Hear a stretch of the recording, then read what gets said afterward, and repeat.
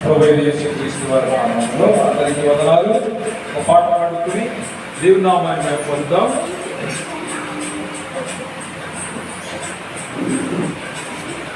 దేవునికి స్తోత్రం.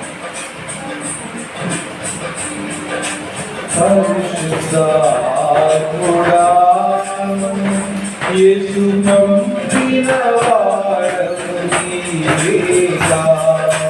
పరిశుద్ధ ఆత్ముడా యేసు పంపిన వాడవు నీవేగా.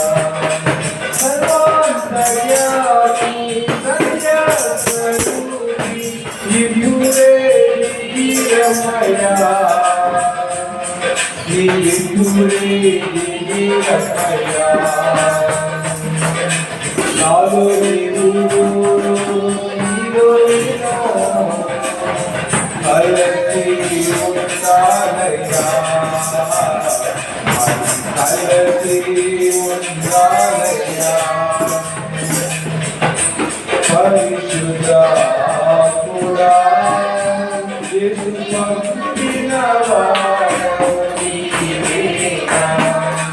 తండ్రి నిన్ను చూడాలని, తండ్రి చిత్తం చేయాలని నా యేసయ్యా. తండ్రి నిన్ను చూడాలని, తండ్రి చిత్తం చేయాలని నా యేసయ్యా.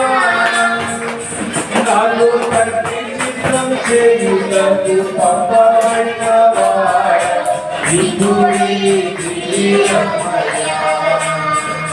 నాలో తండ్రి చిత్తం చేయుటకు పంపబడిన వాడా దివ్యుడే దివ్యమయా. నాలో నీవు కలసి ఉండాలయ్యా. మనం కలసి ఉండాలయ్యా. యేసు నిన్ను చూడాలని, యేసులాగే ఉండాలని నా యేసయ్యా. యేసు నిన్ను చూడాలని, యేసులాగే ఉండాలని నా యేసయ్యా. యేసు అనే భక్తులకు పంపబడిన వాడా దివ్యుడే దివ్యమయా. నన్ను యేసు అనే భక్తులకు పంపబడిన వాడా దివ్యుడే దివ్యమయా.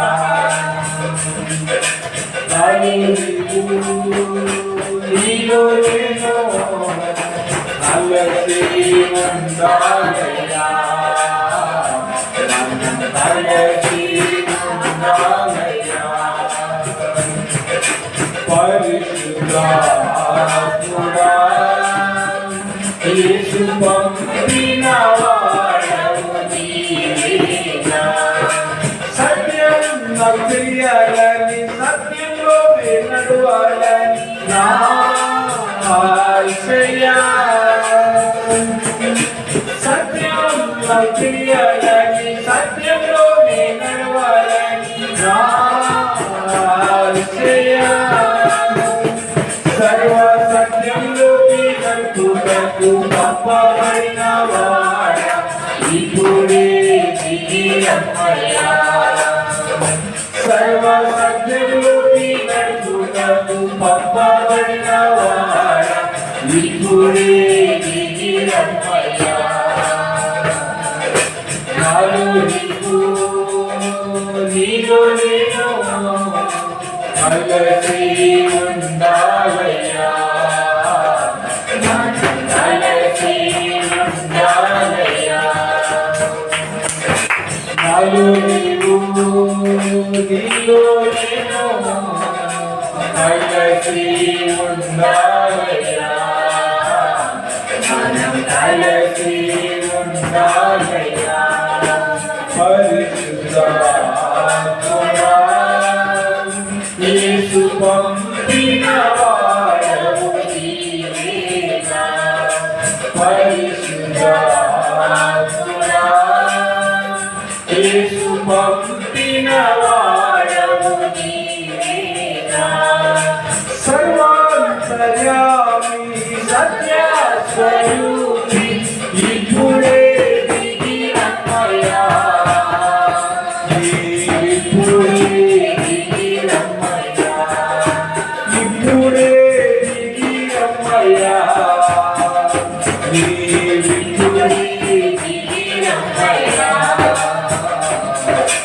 పరిశుద్ధాత్ముడా యేసు పంపిన వాడవు నీవేనా.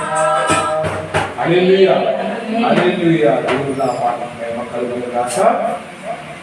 ఈ దినం సార్వత్రిక సంఘము పెంతెకోస్తు మహోత్సవములు జరుపుకుంటున్నాము. పెంతెకోస్తు అంటే 50 వారాలు.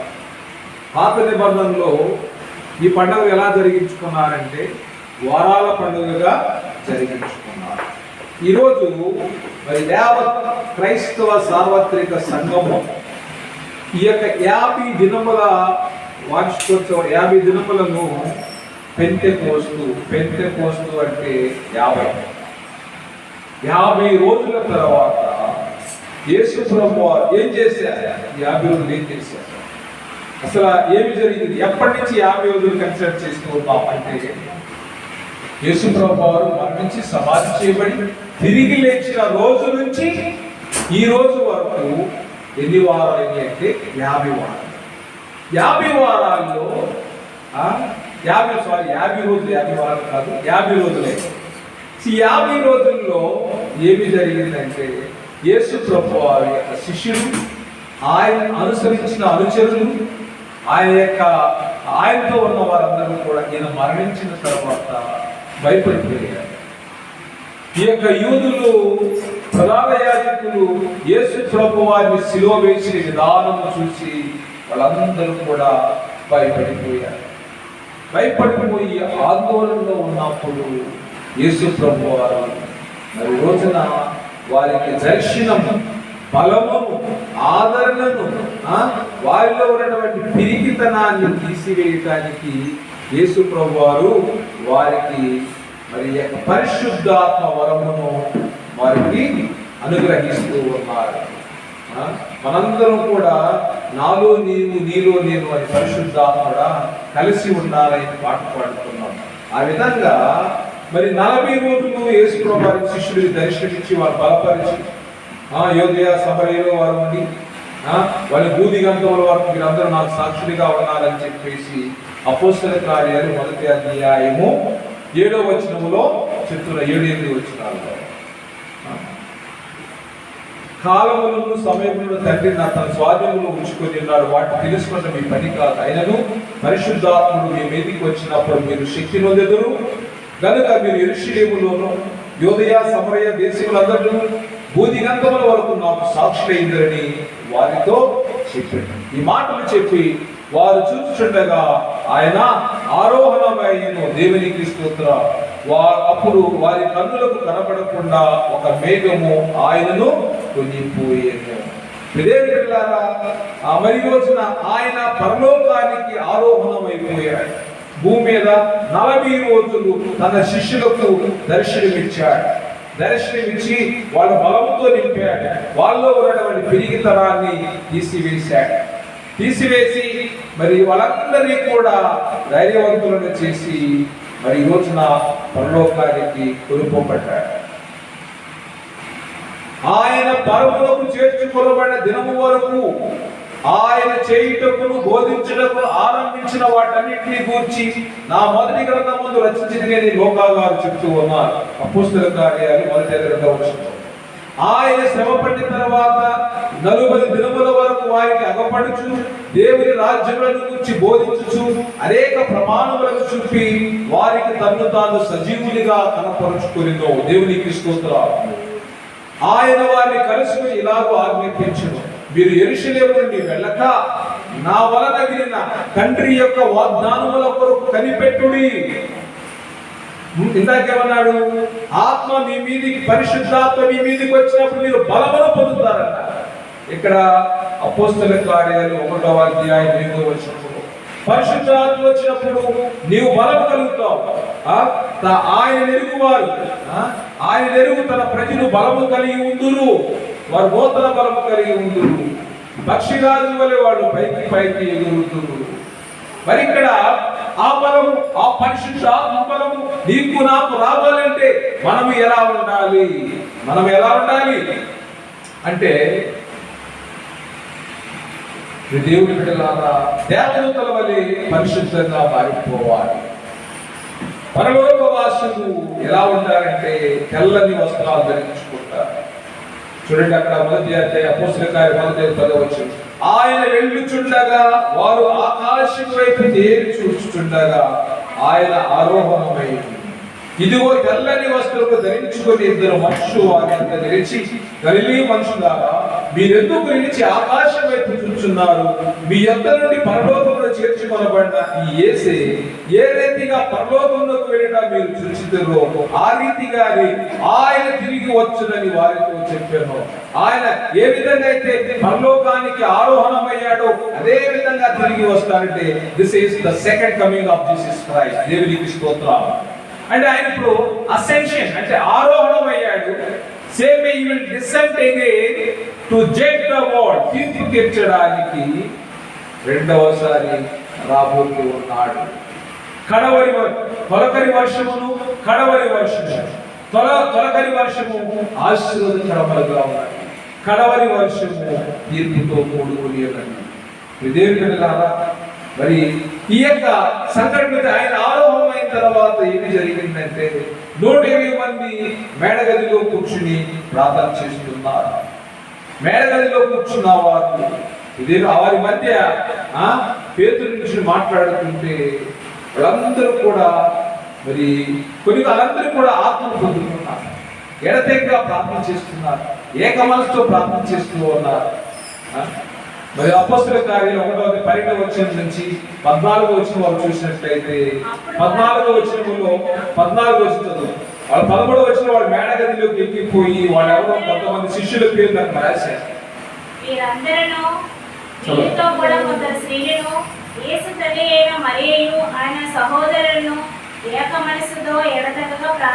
వీరందరూ అన్నారు. వీరందరూ ఎవరు? అక్కడ మేడగదిలోనికి ఎక్కిపోయి వారు అప్పుడు వారు ఒలీవల మనబడిన కొండ నుండి యెరూషలేము తిరిగి వెళ్ళి ఆ కొండ యెరూషలేమునకు విశ్రాంతి దినమున నడవదగినంత సమీపమున ఉన్నది. వారు పట్టణములో ప్రవేశించి తాము బస చేయుచున్న మేడగదిలోనికి ఎక్కిపోయి వారెవరనగా పేతురు, యోహాను, యాకోబు, ఆంద్రెయ, ఫిలిప్పు, తోమా, బర్తలోమాయి, మత్తయి, అల్ఫాయి కుమారుడు యాకోబు, జెలోతే అనబడిన సీమోను, యాకోబు కుమారుడు యూదా అనేవాడు. వీరందరూ వీరితో కూడా కొందరు స్త్రీలను, యేసు తల్లి అయిన మరియు, ఆయన సహోదరులను ఏక మనసుతో ఎడతెగగా ప్రార్థించి వాళ్ళందరూ కూడా ఏ బలాన్ని పొందారు అంటే పరిశుద్ధాత్మ బలాన్ని పొందుకున్నారు. ఆ కాలం 15 వచ్చారు. ఆ కాలం మంది ఇంచుమించు 120 మంది సహోదరులు కూడి ఉండగా పేతురు వారి మధ్య కూడి ఈ మధ్య నిలిచి సహోదరులారా, యేసును పట్టుకున్న వారికి త్రోవ చూపిన యోధాను కూర్చిన పరిశుద్ధాత్మ దావీదు ద్వారా పూర్వం పలికిన లేఖనము నెరవేరవలసి ఉండేదో. ఏమి జరిగింది? 12 మంది శిష్యుల్లో ఇప్పుడు యోధ తప్పిపోయాడు. పూర్వమంది యోధ గురించి ఏమన్నా చెప్పారంటే చెప్పారు. ఇక్కడ ఏమని రాయబడింది అంటే ఇక్కడ అతడు 17 అపోస్తలుల 1:17 అతడు మనలో ఒకడిగా ఎంచబడిన వాడై ఈ పరిచర్యలో పాల్గొందెను. ఈ యోధ ద్రోహము వలన సంపాదించిన రోకలనిచ్చి ఒక పొలము కొనెను. అతడు తలక్రిందుగా పడి నడిమికి బద్దలైనందున అతని పేగులన్నీ బయటికి వచ్చాను. ఈ సంగతి యెరూషలేములో కాపున్న వారందరికీ కూడా తెలియవచ్చింది. కానీ వారి భాషలో ఆ పొలము ఏమంటారంట? అకేల్దామా అనబడి ఆ పొలాన్ని. అంటే దాని అర్థం ఏంటి? రక్త భూమి. సో ఇప్పుడు ఏమని రాయబడి ఉంది? దావీదు గ్రంథంలో ఏమని రాయబడి ఉందంటే చూడండి 20వ వచనం, అతని ఇల్లు పాడైపోవు, దానిలో ఎవరు కాపురముండకపోవు, అతని ఉద్యోగము వేరొకరు తీసుకుగా కానీ కీర్తన గ్రంథంలో రాయబడి ఉన్నది. అంటే ప్రభువుని సన్నిహితంగా వెంబడించి ఆయన తప్పిపోయిన వాడు యోధ. సో ఈయన గురించి ముందుగా రాయబడింది. కీర్తన గ్రంథము 109వ అధ్యాయము, కీర్తన గ్రంథము 109వ అధ్యాయము 8వ వచనం చదువుతున్నాను. వారి జీవితం దినములు కొద్ది రోజులు గాక, వారి ఉద్యోగములు వేరొకరు తీసుకుని గాక, వారి బిడ్డలు తండ్రి లేని వారు, వారి భార్య విధవరాలు గాక అని చెప్పేసి ఈ విధంగా సేమ్ ఏదైతే ఇక్కడ దావీదు మహారాజు మరి దేవుడు సెలవించాడు దావీదు యొక్క శత్రువును అంచడానికి. దేవుడు ఏదైతే దావీదు పక్షాన ఈ మరణం ఆలకించి ఉన్నాడో అదే విధంగా అతని ఉద్యోగం వేరొకరు తీసుకుని రాక అంటే ఇప్పుడు ఈ యొక్క యోధ యొక్క స్థానంలో వేరొకరిని అపాయింట్ చేయవలసిన అవసరం వచ్చిందని ఇక్కడ దావీదు కాలంలో జరిగినటువంటిదే. సో ఇక్కడ మరలా జరుగుతున్నది. అతని ఉద్యోగం అంటే యోధ యేసు ప్రభు శిష్యుల్లో ఒకడు, కానీ ఈ యొక్క శిష్యరికమును తప్పిపోయాడు. యేసు ప్రభు దూరం అయిపోయాడు. యేసు ప్రభు వారికి వ్యతిరేకంగా తయారయ్యి గురువు గారిని పట్టించినటువంటి నమ్మక ద్రోహి యోధా స్థానంలో వేరే వారిని అపాయింట్ చేయడం కోసం, అంటే వారి ఉద్యోగములు వేరొకరు తీసుకుంది కాక అంటే దేని బిడ్డ ఇక్కడ వాక్యం వివేచిస్తూ ఉన్నది. ఇక్కడ అంతటా 26 వచ్చినవండి ఆ యొక్క వాళ్ళందరూ కూడా కూర్చుని అక్కడ చీట్లు వేశారు. చీట్లు వేసిన తర్వాత ఆ చీట్లు ఎవరి పేరు మీద వచ్చాయంటే మత్తయి పేరిట వచ్చేది.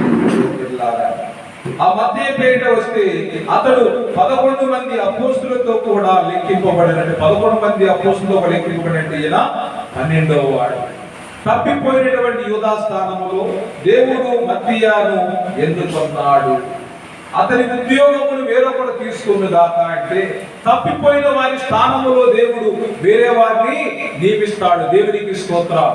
అంటే ఇక్కడ మనం గమనించాల్సింది, నేర్చుకోవాల్సింది ఏమిటి అనగా, ఇక్కడ దేవుడు తన ఆత్మ వచ్చినప్పుడు మీరందరూ కూడా బలమును పొందుకుంటారని వాక్యం చెప్పింది.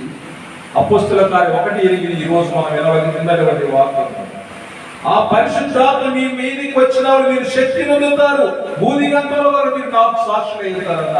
ఈ రోజున దేవుని మందిరంలో ఉన్న మనము మేడగదిలో ఉన్నటువంటి 120 మంది ఎవరంటే ఆయన సాక్షులు. ఎవరి సాక్షులు? యేసు ప్రభు వారు మరణించి తిరిగి లేచాడు అని రూఢిగా ధైర్యంగా సాక్ష్యం ఇచ్చినటువంటి వారు ఈ యొక్క 120 మంది. సో ఆయన 120 మంది వల్లే నీవు నేను ఈ రోజున ఆయన వరకు భూదిగంతముల వరకు సాక్ష్యం ఇవ్వడానికి సిద్ధముగా ఉండాలని వాక్యం సెలవిస్తూ ఉన్నది. ఎందుకంటే దేవుడు మనకి ఏ ఆత్మనివ్వలేదు, ప్రకటన గ్రంథంలో చెప్పినట్టు ఏ ఆత్మని ఇవ్వలేదు. పిరికితనము గల ఆత్మలు కానీ దాస్యపు ఆత్మలు కానీ ఆయన మనకు ఇవ్వలేదు.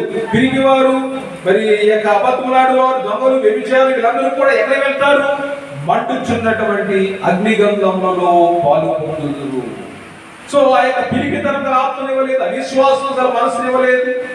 సో అలాంటి లక్షణాలు ఏవి కూడా మనలో ఉండకూడదని ఆ యొక్క ప్రకటన 21:8 వచనంలో మనం చదువుతున్నాం. పిరికి వారును, అవిశ్వాసులను, అసహ్యులను, నరహంతకులను, వ్యభిచార మాంత్రికులు, విగ్రహాలకు అబద్ధికులందరూ అగ్నిగంధకములతో మండుచుండు గుండములో పాల్గొంటున్నారు. ఇది 2వ మరణం. దేవుని మరి యొక్క పద్మాసు దీపములో యోహాను ఆత్మవశుడై ఉన్నాడు. ఆయన మొహమును చూడగానే నేను సచ్చిన వాని వలె అంటాడు. ప్రకటన గ్రంథము 1వ వచనం ఏమన్నారు యోహాను గారు? ఆయన యొక్క చూడండి, ఆయన చూడలేకపోయాడు. మన మనుషులు అండి. మోషే గారే సృష్టికర్త అయినటువంటి దేవుణ్ణి చూడలేకపోయాడు. దేవుని వెళ్ళాలా? ప్రభు దినమందు ఆయన ఆత్మవశుడై ఉన్నాడు. ఆత్మవశుడై ఉండి బోరాధ్వని గొప్ప స్వరము నీవు చూచుతున్నది పుస్తకములో రాయని చెప్పి ఆయన 7 సంఘాలకు ఎఫెసు, స్మరణ, పెర్గమ, థియతైర, సార్దీసు, ఫిలదెల్ఫియా, లవోదికయ 7 సంఘాలకు లేఖను పంపమన్నాడు పరిశుద్ధాత్మ దేవుడు. దేవుని బిడ్డలారా, ఆయన ఎప్పుడైతే మాట్లాడుతున్నాడు వెంటనే ఆయనలో ఒక మార్పు జరిగింది. ప్రకటన గ్రంథము 1వ అధ్యాయము 14వ వచనం. ఆయన తలయు తల వెంట్రుకలకు తెల్లని ఉనిగ పోలినవై హిమమంత ధవలముగా ఉండెను.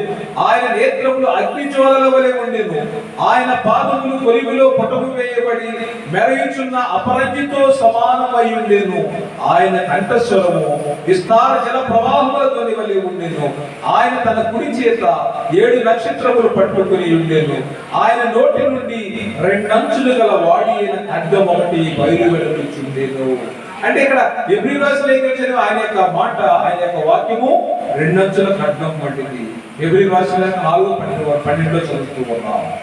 ఆయన ముఖము మహా తేజస్సు ప్రకాశించుచున్న సూర్యుని వలె ఉండెను.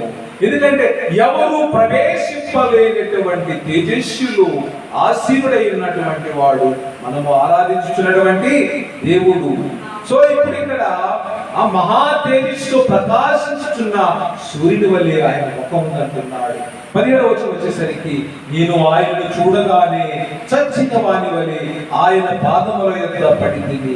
ఆయన తన కుడి చేతిని నా మీద ఉంచి నాతో ఇట్లనెను, భయపడకుము, నేను మొదటి వాడును కడపటి వాడు, జీవించు వాడును, మృతులనైతిని గాని ఇదిగో యుగయుగములు సజీవులనై ఉన్నాను. మరియు మరణము యొక్క పాతాళ లోకము యొక్క తాళపు చెవులు నా స్వాధీనములో ఉన్నవి. దేవునికి స్తోత్రము. హల్లెలూయా. మృతులైతిని గాని యుగయుగములు నేను జీవించుచున్నానని వాక్యము సెలవిస్తున్నది. దేవుని బిడ్డలారా, దేవుడు ఈ విధంగా పద్మాసు దీపములో యోహానుకు దర్శనమిచ్చాడు. ఈ రోజున నీ జీవితంలో, నా జీవితంలో దేవుని యొక్క దర్శనం కావాలి. కడవరి కాలములో వృద్ధులు, యవనస్తులు ఏం చూడాలి? దర్శనాలు చూడాలి.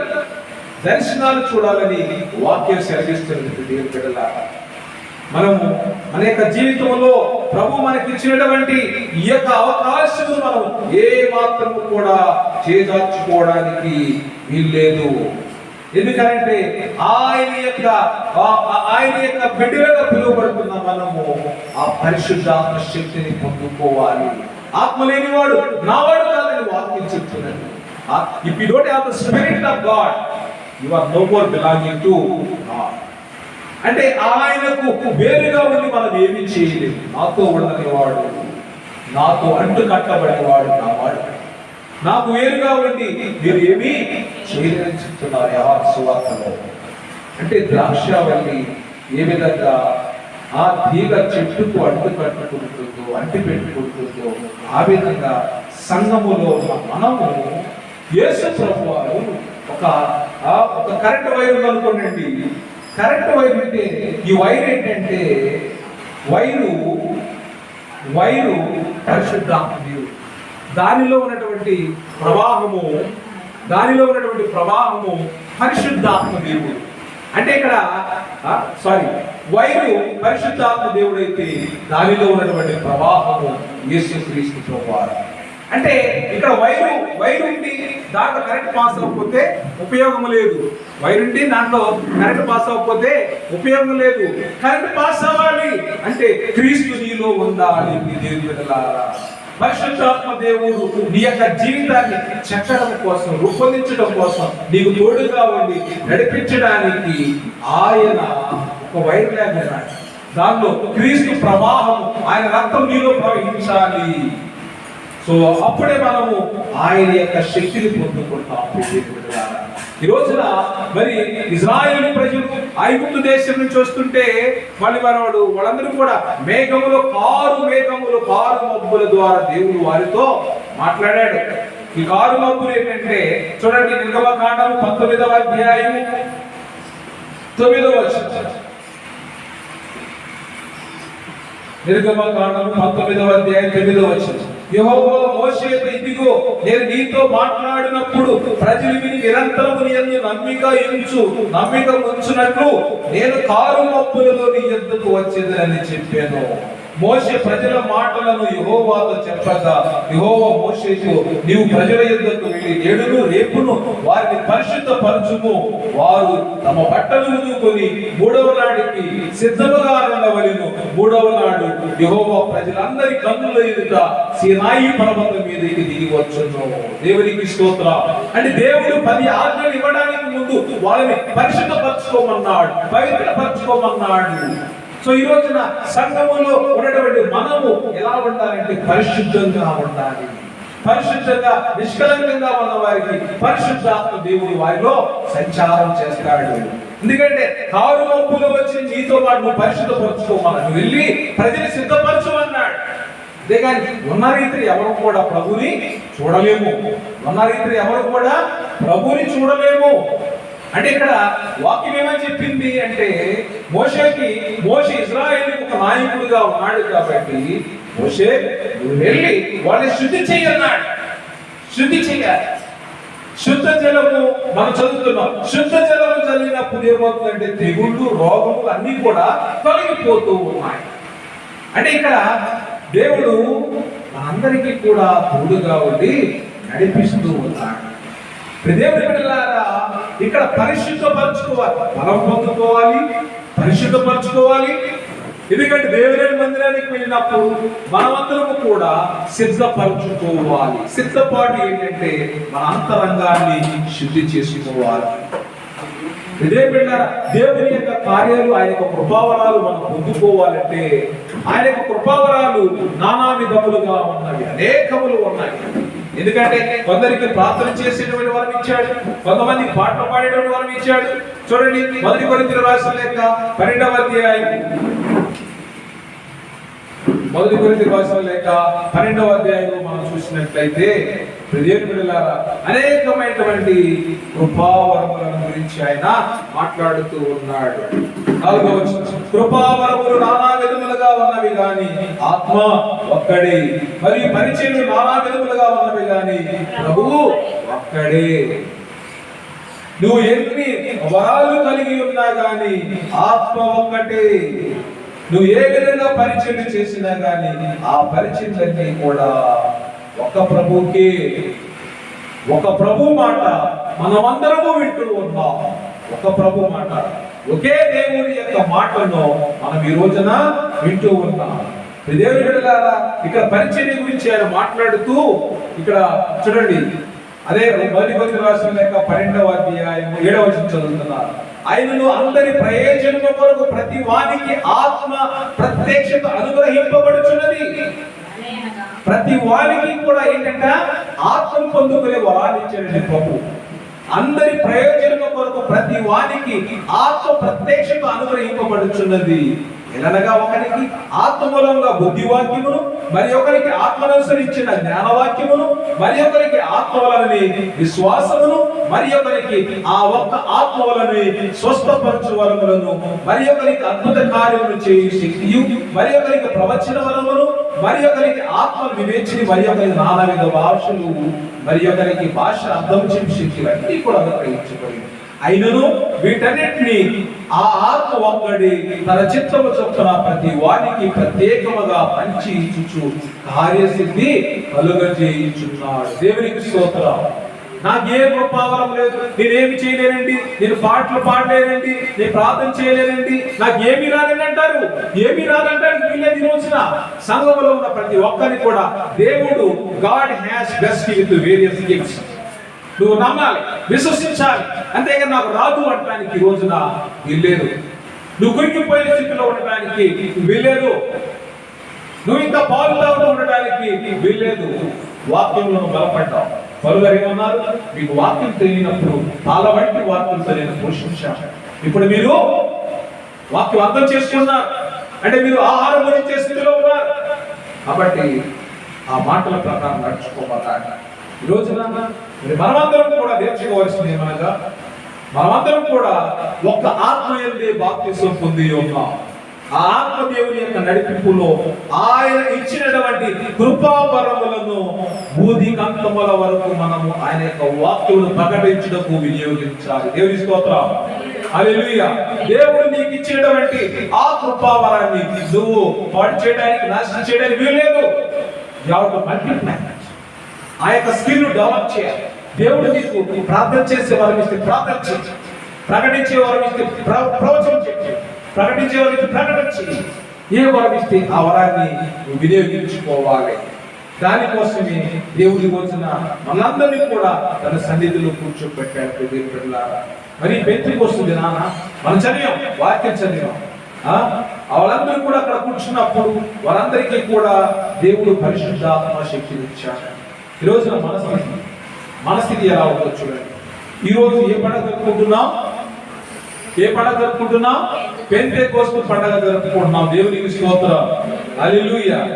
మళ్ళీ అపోస్తల కార్యాలు కృపావరాలకి 2వ అధ్యాయం, అపోస్తల కార్యాలు 2వ అధ్యాయం 1వ వచనం. పెంతెకొస్తు పండుగ దినం వచ్చినప్పుడు అందరూ ఒక చోట కూడి, అప్పుడు వేగముగా వీచు బలమైన గాలి వంటి ఒక ధ్వని ఆకాశము నుండి అకస్మాత్తుగా వారు కూర్చుని ఇల్లంతటయు నిండేది.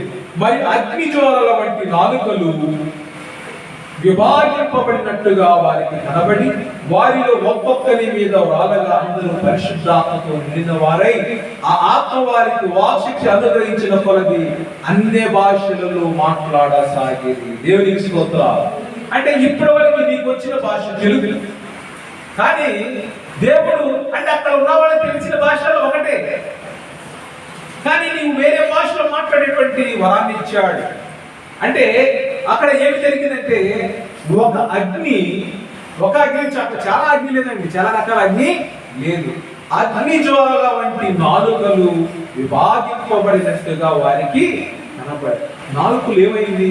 అగ్ని మండుచున్నటువంటి ఉపమా యొక్క సంగతి ఏంటి?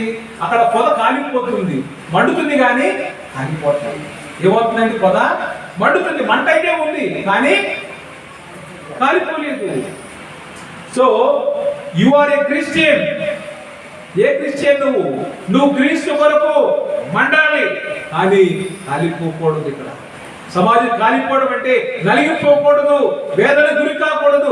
ప్రభు కొరకు నీ మంటను ఆపకూడదు. ఆ మంట రగిలించిన వాడు ప్రభువే. ఎమావు మార్గములో ఇద్దరు యెరూషలేముకు వెళ్తే ఏమని మాట్లాడుకుంటున్నారంటే వాళ్ళిద్దరు యెరూషలేము ఏమేమి జరిగిన సంగతులు మూడో వ్యక్తిగా యేసు ప్రభువారు అనామకుడుగా ఒక స్ట్రేంజర్ లాగా వెళ్ళి వాళ్ళ మధ్య వాళ్ళ డిస్కషన్ ఉన్నాడు. ఏమి జరిగిందంటే యెరూషలేములో ఏమి జరిగిందో నీకు తెలియదా అన్నప్పుడు యేసు ప్రభువారు వాళ్ళతో మాట్లాడుతుంటే అక్కడ కొన్ని విషయాల గురించి మాట్లాడుతుంటే వాళ్ళంటారు, ఆయన మనతో మాట్లాడుతున్నప్పుడు మన హృదయములు మండలేదా అంటారు. అంటే పరిశుద్ధాత్మ దేవుని యొక్క ఆ మంట ఇక్కడ ఫైర్ అంటే ఇక్కడ the tongues of fire. So ఇక్కడ అగ్ని జ్వాలల వంటి అక్కడ నాలుకలు విభాగింపబడి అగ్ని జ్వాలల వంటి నాలుకలుగా విభాగింపబడినట్టుగా వారి కనపడి వారిలో ఒక్కొక్కరి మీద రాలగా అందరూ పరిశుద్ధాత్మతో నిండిన వారై ఆ ఆత్మ వారికి వాక్శిక్షించిన కొలిది వాళ్ళందరూ కూడా అన్ని భాషలో మాట్లాడుతున్నారు. అంటే అన్ని భాషల్లో మాట్లాడుతున్నది ఇది gift of the Holy Spirit. చాలా మంది హేళన చేస్తూ ఉంటారు. సో పరిశుద్ధాత్మ దేవుడు వారితో మాట్లాడే తప్ప ఎవరు కూడా ఆ విధంగా మాట్లాడలేదు. నేను కూడా అన్ని భాషలు ముందు నమ్మలేదండి. ఎవరు మాట్లాడితే ఏదో పొరపాటుగా అర్థం చేసుకున్నాను. అంటే ఆత్మపురుకులైన వాడు ఏ విధంగా మాట్లాడతాడో మనకి కరెక్ట్ గా గ్రహిస్తే తప్ప అర్థము. సో ఆత్మను పొందుకున్నవాడు ఒకటి. ఆ దావీదు ఎలా చేశాడంటే ఎలాంటి ఆత్మను పొందుకున్నాడంటే ఆయన దేవుని స్తుతించడంలో మరి ఆయన సర్వం ఆయన వస్త్రాలు పోయినా కానీ ఆయన ఏమి పట్టించుకోలేదు. అది ఆత్మ నడిపింపండి. దేవుని స్తోత్రం. అంటే ఇక్కడ దావీదును ఏమని చేసేసాడంటే మరి ఆ యొక్క పరో కుమార్తె గర్భం లేకుండా దేవుడు పోషిస్తాడు.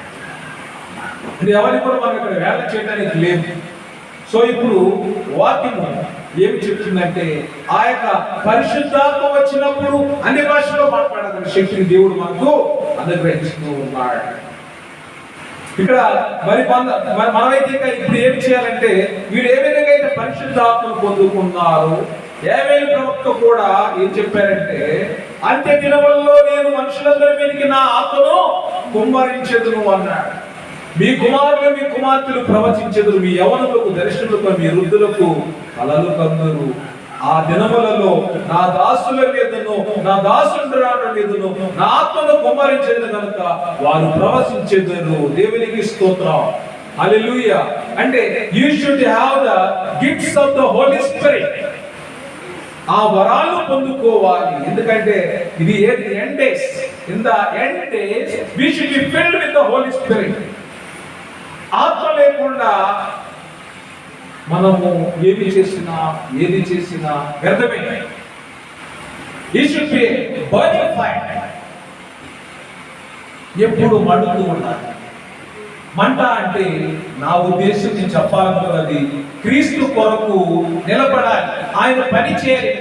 ఆకాంక్ష, తపన, ఆరాటం, పోరాటం అది ఒక బర్నింగ్ ఫైర్ లాగా ఉండాలి మన యొక్క జీవితంలో. ఆ మంట పెట్టిన వాడు అపవాది పరిశుద్ధ దేవుని స్తోత్రం. హల్లెలూయా. దేవుని బిడ్డలారా, నువ్వు ఎప్పుడైతే ఈ యొక్క పరిశుద్ధాత్మ వరాలను పొందుకుంటావో, మరి ఆ యొక్క కడవరి హాని గురించి కొన్ని సైన్స్ కూడా ఆయన సింబల్స్ సైన్స్ గురించి కూడా మాట్లాడుతున్నాడు. 20వ వచనంలో అపోస్తల కార్యాలు 2:20 ప్రభు ప్రత్యక్షముగా మహాదినపు రాకమునకు సూర్యుడు చీకటిగాను చంద్రుడు రక్తముగాను మారును. అప్పుడు ప్రభు నామమును బట్టి ప్రార్థన చేయ వాళ్ళందరూ రక్షింపబడుదురు. దేవునికి స్తోత్రం. హల్లెలూయా. అందరూ కూడా హల్లెలూయా చెప్పండి. హల్లెలూయా. అంటే ప్రభు నామమును బట్టి ఎప్పుడు ఈ యొక్క కడవరి దినాలలో ఆ యొక్క ఉగ్రత దినము రాకమునకు సూర్యుడు చీకటిగాను చంద్రుడు రక్తంగాను మారుతాడు. అప్పుడు ప్రభు నామమును బట్టి ప్రార్థన చేయ వారందరూ రక్షణ పొందుతారు, రక్షించబడతారు. నువ్వు ఇప్పుడు రక్షించబడ్డావా, రక్షించబడలేదా? We are saved in the name of Jesus. దేవునికి స్తోత్రం. హల్లెలూయా. హల్లెలూయా. ఎందుకంటే ప్రభు నామమును బట్టి ప్రార్థన చేస్తున్నాం కాబట్టి మనము విమోచింపబడి ఉన్నాము.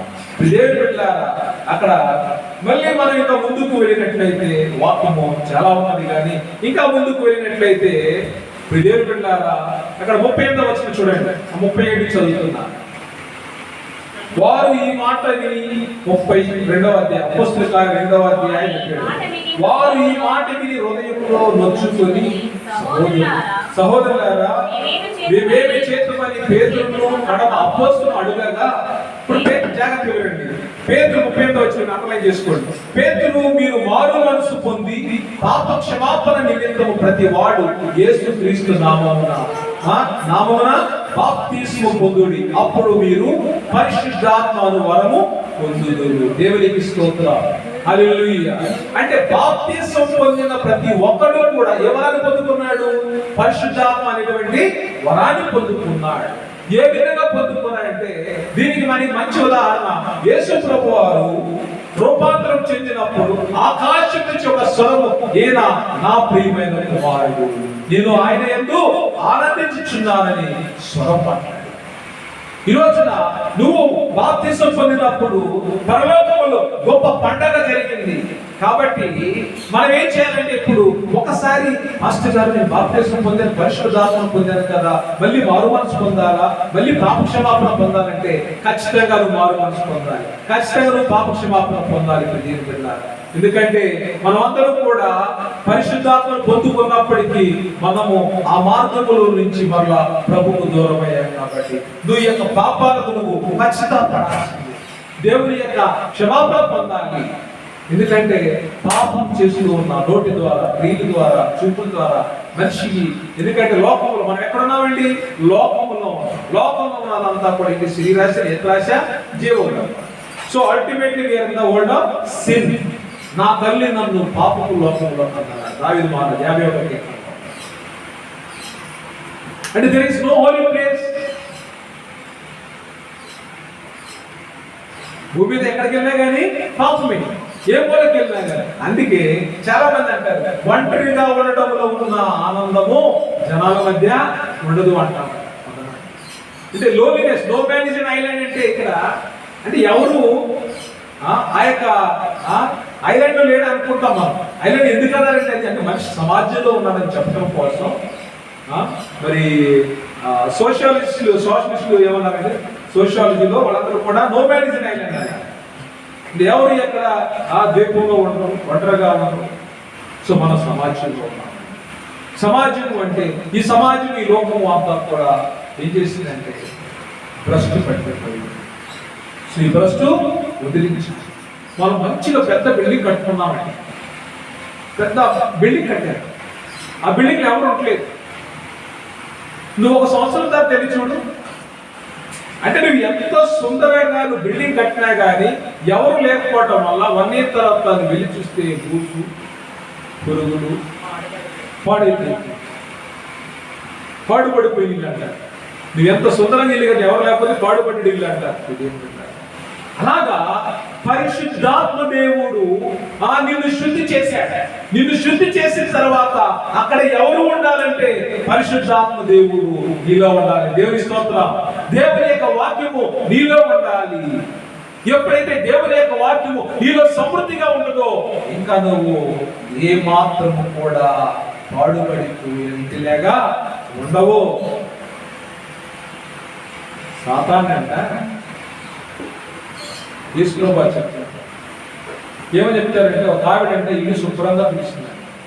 పిలిచేసరికి సాతాను వెళ్ళి తనకంటే బలమైనటువంటి 7 దురాత్మను తీసుకొచ్చింది.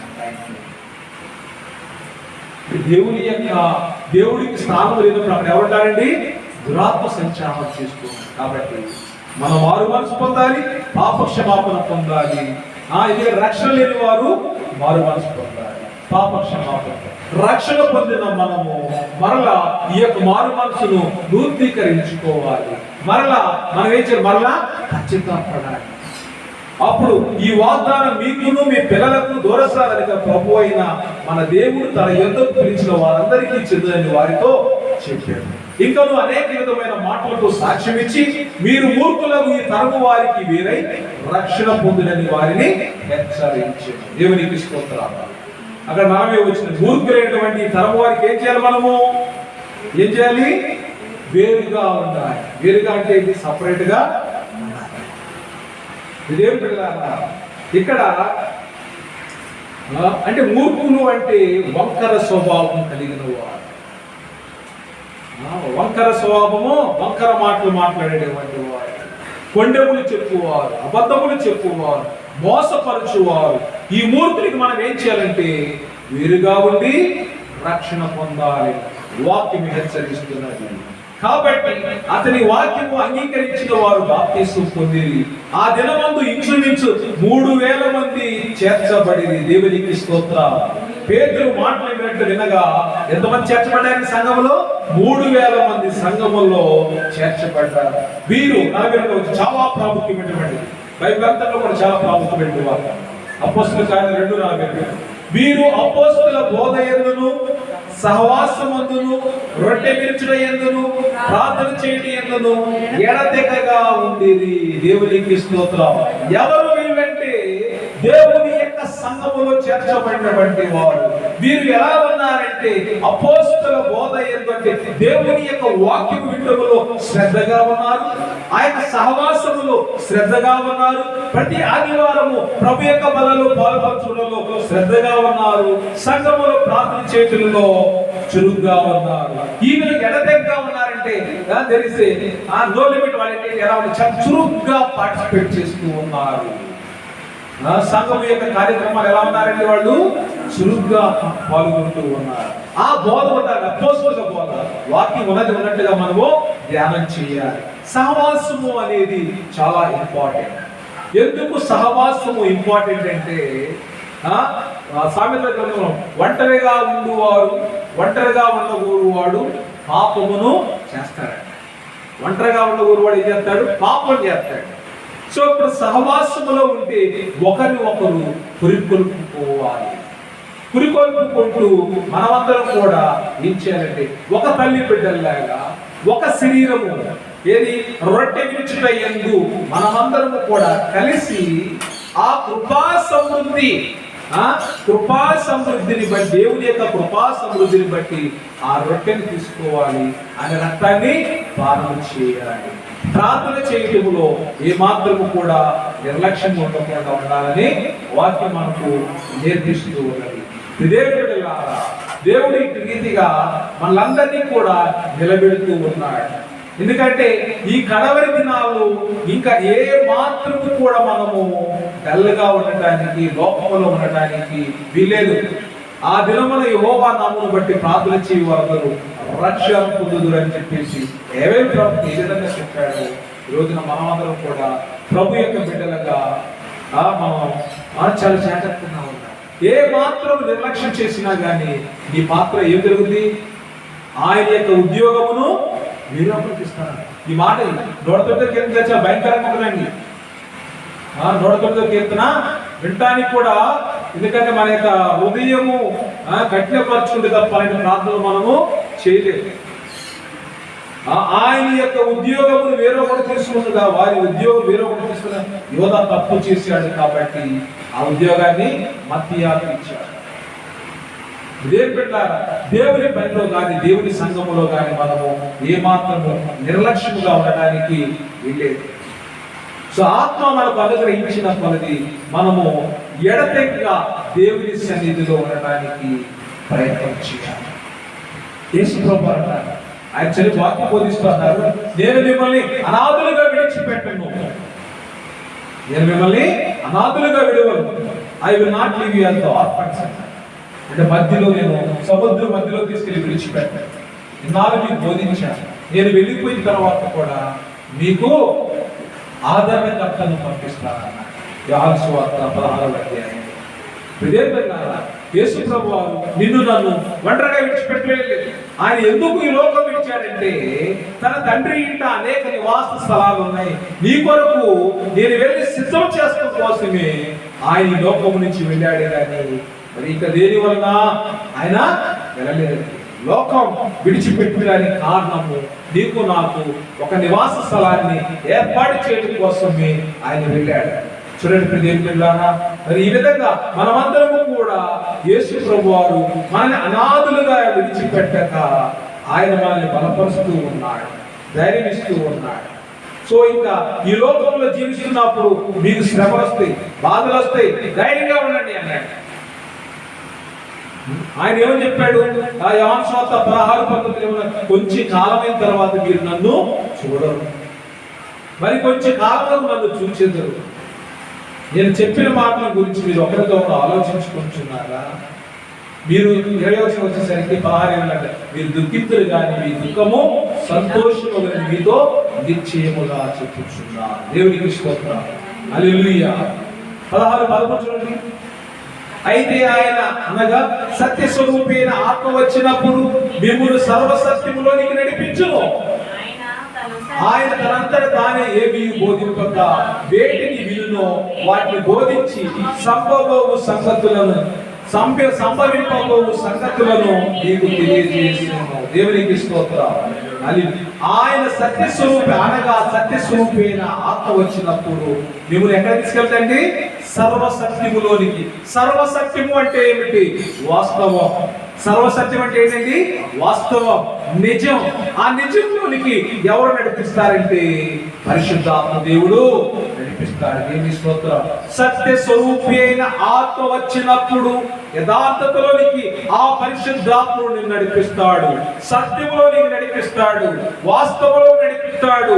ఇక ఏ మాత్రము కూడా నీవు అబద్ధమునకు జనకుడైనటువంటి సాతాను మాటలు వినవని వాక్యం సెలవిస్తూ ఉన్నది. ఈ రోజున ఆయన ఆరాధించేవారు ఎలా ఆరాధించాలి? సమరయ స్త్రీ మనకి మంచి ఉదాహరణ ఎవరండి? సమరయ స్త్రీ. ఎందుకు పనికిరానటువంటి సమాజంలో ఒక అంటరాని స్త్రీ ఉన్నటువంటి సమరయ స్త్రీ మనందరూ కూడా జ్ఞానోపదేశం చేసిందండి. దేవుని స్తోత్రం. నాకు ప్రతి ఆదివారం కూడా ఒక టెక్స్ట్ మెసేజ్ వస్తుంది. ఒక సహోదరి సౌత్ కొరియా నుంచి వెళ్ళదు. ఏంటంటే let us worship the Lord in the truth and spirit. ఆ మాట వెళ్ళినప్పుడు నిజంగా నాకు ఒక ఆశ్చర్యం కలుగుతుంది. ఏంటంటే ఆయన ఆరాధించే వాళ్ళు ఎలా ఆరాధించాలి? ఆత్మతోనూ సత్యముతోనూ. It is a constant reminder. ప్రతి ఒక్క క్రిస్టియన్ కూడా నువ్వు వర్షిప్ చెప్తున్నావా, ఆయన ఆరాధిస్తున్నావా, ఆయన ఫాలో అవుతున్నావా, నువ్వు ఎలా ఉండాలంటే ఈ యొక్క ఆత్మ ఎలా ఉండాలి? నువ్వు సత్యంలో ఉండాలి, నువ్వు ఆత్మపూరితుడు. ఆత్మ ఉండాలి, నీళ్ళు ఏముండాలండి? సత్యం ఉన్నప్పుడు నీళ్ళు ఎవరుంటారు? ఆత్మ ఉండాలి. అంటే ఆత్మ లేని వాడు నా వాడు కాదు అని వాక్యం సరి. ఎవడైతే ఆత్మ లేని వాడు అంటే ఇక్కడ సత్యమందు ఎవరైతే నడవడం లేదో వాడు నా వాడు కాదు. ఆత్మ లేని వాడు ఎవరండి? సత్యమందు నడవడం. ఆయన ఆరాధించేవాడు ఎలా ఆరాధించాలి? ఆత్మతో సత్యంతో ఆరాధించాలి. సో ఇప్పుడు నువ్వు ఆత్మ లేనివాడు అంటే సత్యములు లేనివాడు నన్ను ఆరాధించు, నా వాడు కాదని వాక్యం సెలవిస్తుంది. కాబట్టి ప్రభువుతో మనం కలిసి నడవాలి. యేసు ప్రభు వారు మనకు నేర్పించిన వాక్యం అపోస్తలుల బోధ యందును, సహవాసమందును, రొట్టె విరుచుట యందును, ప్రార్థన చేయడం యందును ఎడతెగగా. సో ఇది 3000 మంది రక్షణ పొందిన తర్వాత ఆదిమ అపోస్తల సంఘము 120 మంది మేడగదిలో ఉన్నారు. పేతురు గారు ప్రసంగం చెప్తే 3000 మంది రక్షణ పొందారు. ఈ విధంగా సంఘము దినదిన అభివృద్ధి చెందుతూ ఒకరి బాధల్లో ఒకరు పాలు పంచుకుంటూ వాళ్ళకున్న వాటిని సమిష్టిగా రొట్టె అన్నీ కూడా ఏంటండి సమిష్టి సహపంక్తి భోజనాలు అని చెప్పేసి మన ఈ సీజన్లో వెళ్తా ఉంటారు, పిక్నిక్ వెళ్తా ఉంటారు. ఇన్స్టిట్యూట్ లో చేసేవాళ్ళు ఒక వర్గానికి చెందిన వాళ్ళందరూ కూడా వేరే ప్రాంతానికి వెళ్ళి ఎంజాయ్ చేస్తారు. సో ఆ రోజుల్లో సంఘం అంతా కూడా వాళ్ళ కలిగినన్ని కూడా సమిష్టిగా షేర్ చేసుకుంటూ ఉండేవాళ్ళు. బాధైనా సుఖమైన దుఃఖమైన ఆహారమైన ఏదైనా కానీ పంచుకుంటూ ఉన్నారు. అది ఆదిమ అపోస్తుల యొక్క సంఘములో పరిశుద్ధాత్మ దేవుడు నేర్పించింది కాబట్టి మనం కూడా అదే విధానంలో నడుస్తూ ఉన్నాం. ఈ రోజున పరిశుద్ధాత్మ దేవుడు మనకు బయలుపరిచినటువంటి వాక్యాన్ని మనం పొందుకొని ఆత్మతో సత్యముతో ఆయన ఆరాధిద్దాం. ఆయన కుమార్తెలుగా ఆయన కుమారులుగా ఉండటానికి ప్రయత్నం. ఎందుకంటే ప్రభు కారు వేగములో మోస్తూ మాట్లాడడం ఏం చేశాడు? ప్రజల్ని శుద్ధి చేశాడు. మిమ్మల్ని మీరు ఈ రోజు పరిశుద్ధపరచుకోమన్నాడు. అప్పుడే దేవుడు మాట్లాడాడు. ఇశ్రాయేలుని శుద్ధి చేసుకున్న తర్వాతే దేవుడు మోషేతో మాట్లాడాడు. అలాగా నేను శుద్ధి చేసుకున్న తర్వాతే ప్రభు యొక్క శరీర రక్తాల్లో పాలు పంచుకోవాలి. కాబట్టి మనలో ఉన్న పాపాన్ని, కలంకాన్ని, శాపాన్ని కూడా ప్రభు నామములో తుడిచి వేసుకుని ప్రభు బిడ్డలుగా యథార్థంగా ఆయన శరీర రక్తాల్లో పాలు పంచుకోవడానికి ప్రయత్నించేద్దాం. దేవుడు ఈ మాటలు దీవించి మనలో మన కుటుంబాలను ఆశీర్వదించుకుందాం. ఆమేన్. దేవుని స్తోత్రం. ప్రభు యొక్క శరీర రక్తాల్లో పాలు పంచుకోవడానికి సిద్ధపడదాం.